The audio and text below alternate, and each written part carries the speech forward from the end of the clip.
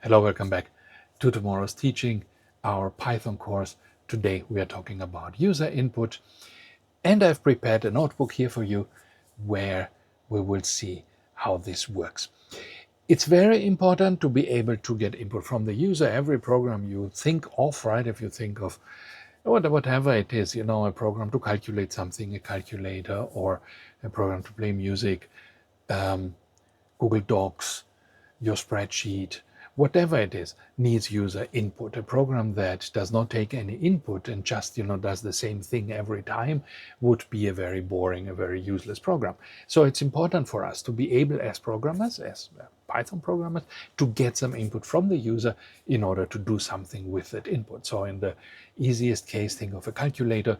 You want to ask the user for the first number, for the operation to be performed for the second number, and then you do this operation, you add the two numbers, you subtract them from each other, you do something with them, right? And this works together with variables. So when the user enters something, we put it in a variable, and later we can use that. And you can see this in action here in my first code cell that I have here. Look at this.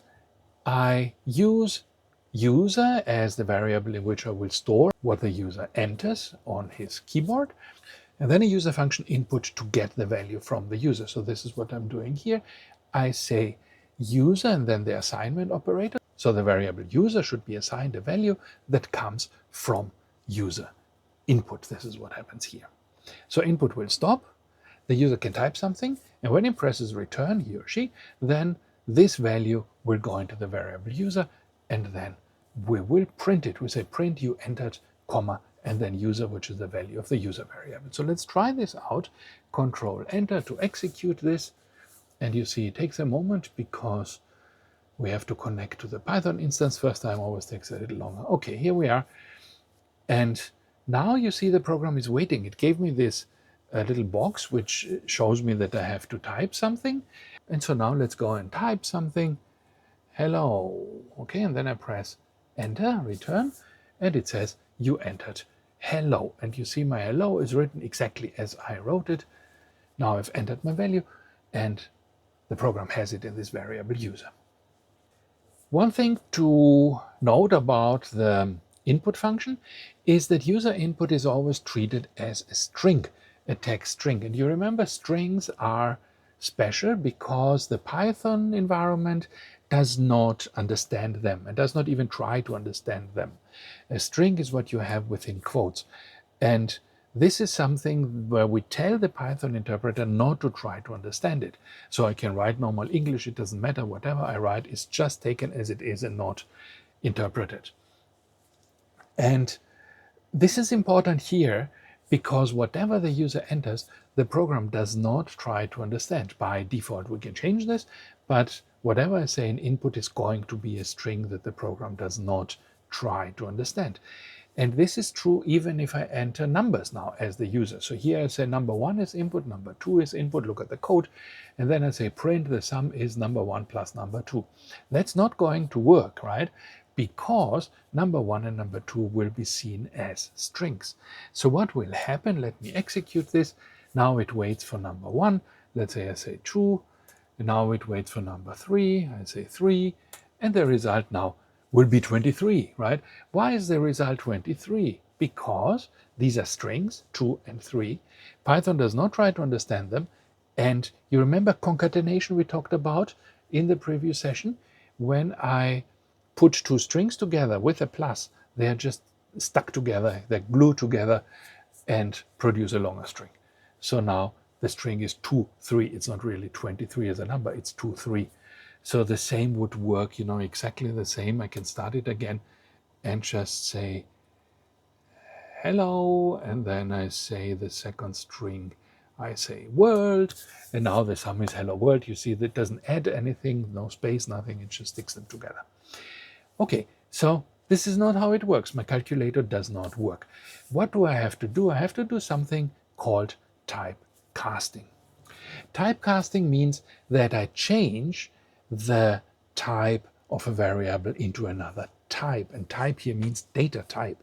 So from string I can change it into a number. From a number I can change it into a string. From a whole number I can change it into a floating point number, a decimal number with a decimal point. From a decimal point number I can round it to a round number. So these are all different operations that are called type casting, and sometimes we need to do it like in this example. In this case, we want to work with whole numbers, so we use the int function, int for integer, right? An integer number is a whole number, and the int function converts a string into an integer number if this is possible to convert, right? If I try to use int on hello, it will not work because that's not a number, but I can use int on any whole number, on any string that contains a whole number, and I will get this whole number back, but now as a number so that I can actually do calculations on it. And this will look like here in the next line, int of, and what goes into the int brackets is input.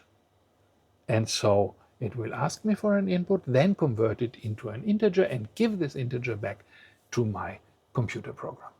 So let's see how this works. Here I have it. It's only this little change that I did here to put the int typecasting there will now make my program work. So now I say 2, and then I say 3, and the sum is 5. And why is it 5 now? Because number 1 and number 2, because of my typecasting, now contain integer values and not strings. They contain numbers. And so Python knows when I add two numbers, I want the arithmetic sum of them. I don't want them just concatenated. Right? This is what happens here. So I think that's pretty easy to understand. There's another way to do it. Let's look at the second way. This looks differently as code, but it does exactly the same. Let me demonstrate first what it will do. I say 2, and then I say 3, and so again I get 5, right? And now we try to compare the code for these two. So now if you look at them, what do I do differently? In the first one, I did the typecasting directly after the input.